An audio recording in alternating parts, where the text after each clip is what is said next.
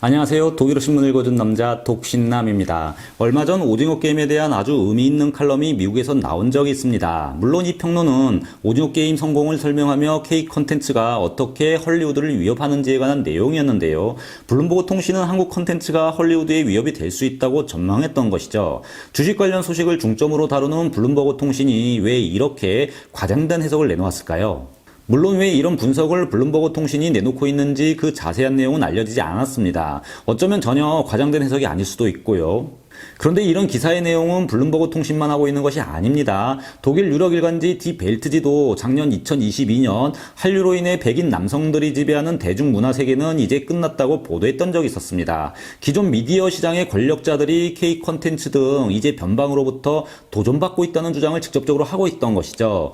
그런데 이런 얘기를 하기 전 먼저 재미없는 일반 산업 얘기를 먼저 드려야 하는데요. 4차 산업혁명과 한류가 글로벌 미디어 시장에 가져다준 변화가 오늘 영상의 중요 포인트가 됩니다.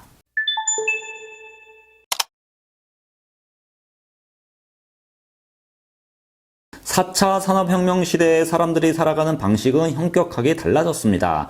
기존 3차 산업혁명 시대까지만 해도 생각할 수 없던 일이 벌어지고 있는 것이죠. 이를 단적으로 알려주는 단어가 있는데요. 바로 포노사피엔스입니다. 포노사피엔스라는 말은 폰을 사용하는 지혜로운 사람 또는 스마트폰을 사용하는 인류라는 뜻이죠. 그런데 3차 산업혁명 시대까지만 해도 우리는 당연히 폰을 사용해 왔었습니다. 그런데 그 개념, 전화기를 사용한다는 의미가 완전히 달라진 것이죠. 사람들은 최근 10년 동안 통신수단, 스마트폰을 가지고 다니면서 모든 생활의 영역을 스마트폰으로 해결을 해왔는데요. 이 스마트폰에는 실시간으로 데이터가 클라우드에 올라가고 또 실시간으로 클라우드에 올라가 있는 이 데이터를 인공지능이 분석, 인간 생활에 도움이 되는 데이터를 내려주기도 합니다. 바로 포노사피엔스가 이 데이터를 근거로 생활하기 시작했던 점이 다른 것이죠. 그리고 사람들은 무엇을 하냐면요. 데이터에 기반해 의사결정을 내리게 됩니다. 즉 포노사피엔스라는 단어에는 이제 인류가 자기 경험에 의해 의사결정하는 것이 아닌 데이터를 기반으로 의사결정을 한다는 의미가 있는 겁니다. 이제까지 인류가 살아가는 방식과는 완전히 다른 것이죠. 한류 문화를 소개하는 영상에서는 조금 생소한 예입니다만 이 개념이 그만큼 아주 보편적이라는 것을 알려드리기 위해 다른 분야로 넘어가 설명을 해보면요. 예를 들어 공장에서 사장님들이 주문이 들어오면 납기에 맞출 수 있는지 없는지 또는 생산 여력이 있는지 이를 알기 위해서 먼저 생산 캐퍼를 확인할 겁니다. 그런데 갑자기 생산 라인이 풀로 가동이 되면 꼭 멈추는 기계들이 있죠. 이를 유유기간이라고 하는데요. 생산 라인에서는 이 유유기간을 줄여주는 것이 결국 코스트 비용을 줄이는 일입니다. 즉 우리가 구매하는 제품의 가격에는 이런 유효기간에 대한 비용까지 이미 포함되어 있는 것이죠. 특히 주문을 받고 납기를 지키는 것은 신용과 관련이 있죠. 그런데 기계가 주요 부분의 공합 압력이 높다거나 평소에 비해 전기를 많이 소비하고 있다면 기계 어딘가에서 이상이 있는 건데요. 이렇게 적절한 곳에 센서를 달아 데이터를 올려놓고 이런 일련의 패턴을 분석해서 언제쯤 기계가 멈출 수 있다 인공지능이 알려주게 되죠. 그래서 미리 선제적으로 유지 보수를 하게 해줍니다. 이를 프레딕티브 메인터넌스 예지 예방 보수라고 얘기를 하죠. 이런 식으로 데이터화하게 되면 기계가 멈추는 것을 미리 알 수가 있고 단지 수리하는 시간 동안만 기계가 멈춰 있게 되는 것이죠. 또 멈춘다 해도 미리 알고 있었기에 납기일에 맞출 수 있을지 또는 주문을 받아야 할지 오너들이 쉽게 판단하게 되는 겁니다. 이런 방식을 구현한 공장들을 우리가 쉬운 말로 바로 스마트 팩토리라고 부르는 겁니다. 물론 지금 제가 설명드리는 것은 스마트 팩토리가 갖는 장점 하나를 말씀드리고 있는 건데요. 그런데 스마트 팩토리의 다른 기능들도 모두 마찬가지입니다. 같은 원리가 있는 것이죠. 이렇게 데이터로 의사결정을 하고 데이터로 제어하면서 최적화 또는 효율성에 이르는 특징들은 모두 같습니다. 이 원리를 구현하는 분야가 도시 유지 관리이면 이를 스마트 시티라고 하고요. 공장에서 구현되면 스마트 팩토리, 거주하는 주택에서 이루어지면 스마트 홈이라고 부르는 것이죠. 그러나 좀 전에 말씀드린 대로 원리는 다 똑같습니다. 인간의 활동 영역에서 센서를 통해 데이터를 올리고 이를 인공지능이 분석하고 또 이를 기반으로 효율성을 위해 인간은 다시 의사결정을 내리면서 데이터로 모든 것을 제어해 나가죠. 그런데 이 어려운 공학적 개념이 사실 문화적 소비에서도 그대로 일어나고 있는 건데요. 왜냐하면 인류가 진화해 호모사피엔스에서 포노사피엔스의 삶의 패턴으로 바뀌어가고 있기 때문입니다. 예를 들어 멀리 갈 것도 없이 최근 화제작 오징어 게임에 그대로 나타나고 있죠. 독일 유력 주간지 슈피겔지는 최근 오징어 게임의 성공의 1차 원인으로 SNS의 영향력과 넷플릭스의 추천 알고리즘을 꼽았던 적이 있었습니다. 물론 매체는 먼저 SNS를 휩쓸 수 있는 짤 영상에 최적화된 바로 밈 잠재력이 영상들이 오징어 게임에는 가득하다고 소개하고 있죠. 그러니까 영상의 퀄리티가 당연 우수해야 하는 것은 필요 조건이고요. 거기에 디지털 시대의 포노 사피엔스에게 영향을 줄 수 있는 데이터화, 디지털화에 적합한 컨텐츠가 데이트 작품이 되는데 또 하나의 조건이라는 건데요.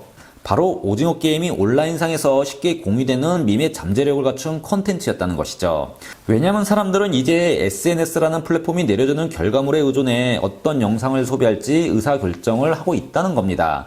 또한 넷플릭스 추천 알고리즘 역시 이런 과정을 거쳐 추천 리스트에 올려놓고 있는 것이고요. 많은 대중들은 또 이 추천 알고리즘에 따라 콘텐츠 소비에 관한 의사결정을 하게 되었던 것이죠. 바로 포노 사피엔스가 살아가는 방식이 이번 오징어 게임을 대성공으로 올려놓는 과정에서 그대로 나타나고 있었던 겁니다. 오징어 게임은 바로 이렇게 넷플릭스 추천 알고리즘과 SNS에 올린 수많은 정보들을 기반으로 해서 소비자들이 의사결정을 하게 했고 전 세계에 열풍을 일으킨 것이죠. 물론 이는 오징어 게임의 기술적 성공 이유를 지금 말씀드리고 있는 겁니다. 작품상에서의 성공 이유를 거론하고 있는 것은 아니죠. 즉 예전 문화 콘텐츠 소비자들은 광고나 헐리우드 백인들이 만들어왔던 마케팅에 영향을 받아왔다면 이제는 소비자들이 클라우드에 올라오는 데이터를 기반으로 의사결정을 한다는 겁니다. 누구의 영향력보다 더 객관화된 빅데이터에 따라 어떤 콘텐츠를 소비하게 될지 선택을 하게 된다는 것이죠. 이는 기존 대중문화 권력 시스템을 와해시키고 있는 모습이기도 합니다. 즉 진짜 내공 있고 실력을 갖춘 아티스트들을 소비자들은 시장에서 골라내기 시작했다는 점입니다. 반대로 이제 단지 유명하다고 흥행을 일으키는 시대는 지나가고 있다는 말도 됩니다. 바로 연기자들의 연기력, 현장을 지휘하는 감독들의 연출력이 또는 컨텐츠 내용 자체의 파워가 직접적인 흥행의 요소가 되는 겁니다. 이미 유튜브에서만 해도 이런 현상들이 나타나고 있죠. 몇십 명의 스태프분들이 함께 제작하는 방송국의 프로그램들보다 개인 방송이 제작하는 컨텐츠가 조회수 100만을 넘기는 경우가 이제 허다합니다. 많은 분들이 제 채널을 시청하시지만 제가 유명하거나 저를 아셔서 시청하시는 것은 아닐 겁니다. 내용을 보고 클릭하시고 시청을 하시는 거죠. 이렇게 유튜브에서도 나타나고 있는 현상이 드라마나 영화 등에서도 이제 발생하고 있는 건데요. 이는 바로 포노 사피엔스가 나타났기 때문입니다. 오징어 게임에 등장한 이정재 같은 배우는 한국에서는 유명하지만 전 세계 문화 소비자들에게는 낯선 인물이죠. 슈피겔지는 헐리우드에서 또는 독일에서 알지도 못하는 배우들이 대흥행을 만들었다고 평을 하고 있는데요. 소비자들이 이제 드라마의 연출과 연기력만을 보고 평가하기 시작했다는 겁니다. 호모 사피엔스 시절에는 있을 수도 없는 사건이 나타나고 있다는 거죠. 즉 이제 전 세계 소비자들은 헐리우드의 유명한 배우나 스타성의 영향을 예전만큼 받지 않는다는 얘기가 된 거죠. 이런 시대가 온 것은 모두 데이터에 기반을 두고 의사결정을 하는 4차 산업혁명 시대가 되었기 때문입니다. 즉 시장은 이제 시장의 권력자들이나 거대 자본의 영향력으로부터 벗어나 의사결정을 하고 있는 겁니다. 이 말은 또 다양한 문화를 접근할 수 있는 환경을 만들고도 있다는 얘기가 됩니다. 그리고 이런 모습은 또다시 다양한 문화 콘텐츠의 소비 욕구를 높이는 계기도 됩니다. 이를 제가 어떻게 단언할 수 있을까요? 이런 모습을 넷플릭스가 직접 증명하고 있기 때문이죠. 그리고 전 세계 콘텐츠 소비자들은 이런 넷플릭스의 전략에 동참하고 있죠. 이런 모습은 따로 설명해 드릴 필요가 없습니다. 사실 이는 엄밀히 얘기하면 세상이 변하고 있고 이렇게 세상이 바뀔 것을 미리 간파하고 넷플릭스는 단지 앞서 선도하기 시작했던 거죠. 변하는 소비자들의 모습을 넷플릭스가 먼저 따라가고 있는 것이지 소비자들이 넷플릭스가 만드는 길에 동참하고 있는 것은 아니죠. 넷플릭스는 단지 이렇게 새로운 시장을 앞서서 장악해 가고 있는 것뿐입니다. 그리고 경제사를 둘러보면 이런 기업들은 늘 항상 존재해 왔죠. 즉 HBO, 애플 TV, 아마존 프라임, 디즈니 플러스 등 수많은 OTT 플랫폼이 나왔고 경쟁이 치열해지면서 넷플릭스가 고전하게 될 것으로 생각하는 의견도 있었지만요. 포노 사피엔스의 특성을 가장 잘 파악했고 비즈니스의 전략을 짠 것은 바로 넷플릭스였습니다. 그리고 넷플릭스 당신이 맞다고 시장의 확인을 확실하게 시켜준 것이 바로 오징어 게임을 비롯한 한류였죠. 이렇게 K 콘텐츠는 넷플릭스의 전략이 얼마나 뛰어난지를 킹덤, 오징어 게임 등 여러 한류 드라마를 통해 이미 입증시키고 있었던 겁니다. 아시겠지만 넷플릭스의 전략은 양방향 전략입니다. 전 세계 로컬 콘텐츠를 세계화로 만들고 세계화의 틀을 갖추고 있는 미국이나 서방 진영의 콘텐츠를 지역 로컬로 뿌리고 있죠. 헐리우드 중심의 제작 한계에 머물러 있는 기존 OTT와 차별화되고 있는 겁니다. 그런데 4차 산업혁명 시대에 들어가면서 나타나고 있는 현상은 다양성입니다. 자동차도 남이 가진 똑같은 차를 타려고 하진 않죠. 문화 소비도 역시 마찬가지입니다. 이미 기술의 진보로 다양한 문화에 대해 접근이 가능하기에 더 많이 듣고 더 많이 보면서 더욱 다양하게 소비 형태가 나타나고 있습니다. 그렇기 때문에 다양한 문화의 소비 욕구가 있는 것이죠. 이를 더욱더 가속화시키고 다른 OTT 플랫폼과 전략적 차이를 명확히 하면서 시장의 트렌드를 리딩해가고 있는 것이 바로 넷플릭스죠. 넷플릭스는 한류 작품, 즉 한국 로컬에서 나오는 작품들이 전 세계 콘텐츠 시장을 리딩할 수 있다는 것을 보여주고 있습니다. 독일 영화 매체인 필름스타는 2021년 11월 11일 넷플릭스가 한국 드라마 히트작을 다시 리메이크하려 한다는 제목의 칼럼을 썼던 적이 있었는데요. 매체는 넷플릭스가 자신들의 작품이며 한국 작품인 사냥의 시간을 왜 리메이크하려 하는지 그 내용을 전달하고 있습니다. 신문은 윗칼럼에서 넷플릭스는 오징어 게임을 통해 로컬 한 지역에서 전 세계로 콘텐츠를 성공시킬 수 있는 힘이 있다는 것을 보여주었다고 전합니다. 넷플릭스가 오징어 게임을 통해 얻은 자산이 무엇인지를 명확히 하고 있는 것이죠. 그리고 세계적인 대스타 없이도 성공할 수 있다는 것을 증명했다고 기사는 밝히고 있습니다. 이 대목에서 문화 소비 패턴과 시장의 성격, 즉 시대가 바뀌었다는 것을 알 수가 있습니다. 과거에는 배우가 얼마나 영향력이 있었는지 또는 어디에서 제작했는지 그리고 광고의 영향을 받아 소비자들이 결정을 했다면 지금은 문화 소비라는 의사결정이 기존 오프라인이 아닌 온라인에서 올라오는 데이터를 통해 의사결정을 하고 있다는 것이죠. 그리고 한류 작품의 성공은 온라인상에서 연쇄작용을 일으키고 있습니다. 독일 유력 주간지 슈테연지는 2021년 10월 11일 오징어 게임 후 한국 드라마가 더욱더 많이 검색이 되고 있고 소비가 되고 있다고 밝히며 한류 콘텐츠가 계속해서 주목받고 있음을 보도했던 적이 있었는데요. 매체는 오징어 게임은 전 세계 시청자들에게 환상적인 감동을 선사했고 이에 따라 팬들은 다른 한국 드라마에까지 관심을 보이고 있다고 보도하고 있습니다. 기사는 BTS, 블랙핑크, 기생충, 그리고 오징어 게임 등을 통해 이제 전 세계보다 많은 팬들이 이 한류 콘텐츠에 관심을 갖기 시작했다고 밝히고 있습니다.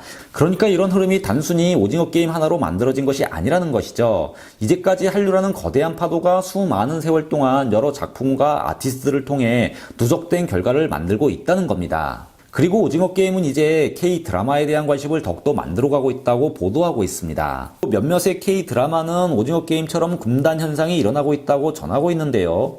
매체는 스위트홈, 킹덤, 이태원 클래스 등 다시 인기를 누리고 있는 작품들을 소개하고 있습니다. 즉 온라인에서 온라인으로 연쇄 작용이 일어나고 있다는 겁니다. 이제 시간이 지날수록 포노사피엔스는 진짜 실력자들을 구분하게 될 겁니다. 기존 시장 권력자들을 해체시키겠죠. 온라인 세상 클릭수로 인해 헤이트 뷰 같은 왜곡도 담겨있을 수 있지만요. 모든 것이 클릭수, 좋아요, SNS상에서 올라오는 짤 영상 등으로 객관화되고 있는 것은 부인하기가 어렵죠. 전에 없었던 객관적인 데이터가 생성되고 있는 겁니다. 시장을 왜곡하기 위해 시장에 영향을 주는 요소들은 줄어들고 있는 반면 소비자들이 권력의 중심으로 등장을 하면서 이를 통해 직접 의사결정을 하는 시대가 온 겁니다. 그리고 이런 흐름은 더욱더 강화될 겁니다. 놀랍게도 이런 변화의 시대를 한류가 구현하고 있는 것이죠.